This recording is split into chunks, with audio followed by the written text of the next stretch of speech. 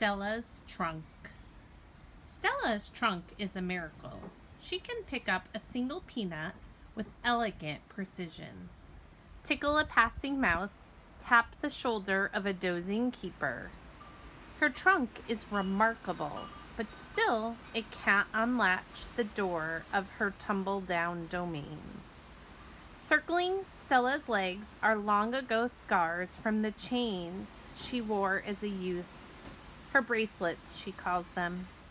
When she worked at the famous circus, Stella had to balance on a pedestal for her most difficult trick. And one day she fell off and injured her foot. When she went lame and lagged behind the other elephants, the circus sold her to Mac. Stella's foot never heals completely. She limps when she walks, and sometimes her foot gets infected when she stands in one place for too long. Last winter, Stella's foot swelled to twice its normal size. She had a fever, and she lay on the damp, cold floor of her domain for 5 days. They were very long days. Even now, I'm not sure she's completely better. She never complains, though, so it's hard to know. At the Big Top Mall, no one bothers with iron shackles. A bristly rope tied to a bolt in the floor is all that's required. They think I'm too old to cause trouble, Stella says. Old age, she says, is a powerful disguise. A plan. It's been 2 days since anyone's come to visit. Mac is in a bad mood.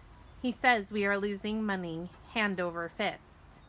He says he's going to sell the whole lot of us. When Thelma, a blue and yellow macaw, demands, "Kiss me, big boy," for the 3rd time in 10 minutes, Mac throws a soda can at her. Thelma's wings are clipped so she can't fly, but she still can hop. She leaps aside just in the nick of time. "Pucker up," she says with a shrill whistle. Mac stomps to his office and slams the door shut. I wonder if my visitors have grown tired of me. Maybe if I learn a new trick or two, it will help. Humans do seem to enjoy watching me eat. Luckily, I am always hungry. I'm a gifted eater. A silverback must eat 45 pounds of food a day if he wants to stay a silverback.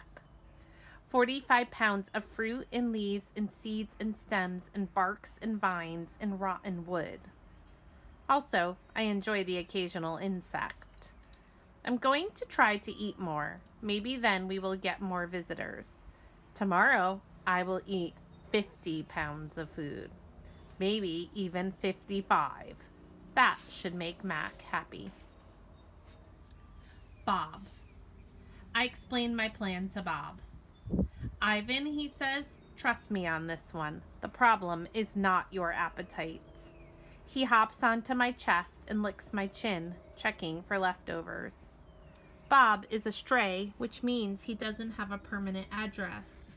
He is so speedy, so wily, that mall workers long ago gave up trying to catch him. Bob can sneak into cracks and crevices like a tracked rat. He lives well off the ends of hot dogs he pulls from the trash. For dessert, he laps up spilled lemonade and splattered ice cream cones. I've tried to share my food with Bob, but he's a picky eater and he says he prefers to hunt for himself. Bob is tiny, wiry, and fast, like a barking squirrel. He is nut-colored and big-eared. His tail moves like weeds in the wind, spiraling and dancing. Bob's tail makes me dizzy and confused. It has meanings within meanings, like human words. I am sad, it says. I am happy, it says. Beware, I might be tiny, but I have sharp teeth. Gorillas don't have any use for tails. Our feelings are uncomplicated. Our rumps are unadored. Bob used to have 3 brothers and 2 sisters. Humans tossed them out of a truck onto the freeway when they were a few weeks old. Bob rolled into a ditch. The others did not. There's Bob. His first night on the highway, Bob slept in an icy mud of the ditch. When he woke up, he was so cold that his legs would not bend for an hour. The next night, Bob slept under some dirty hay near the Big Top Mall garbage bins. The following night, Bob found the spot in the corner of my domain where the glass is broken. I had dreamed that I'd eaten a furry donut, and when I woke up in the dark, I discovered a tiny puppy snoring on top of my belly. It had been so long since I'd felt the comfort of another's warmth that I wasn't sure what to do. Not that I hadn't had visitors. Max had been in my domain, of course, and many other keepers. I'd seen my share of rats zip past, and the occasional wayward sparrow that fluttered in the hole in my ceiling. But they never stayed long.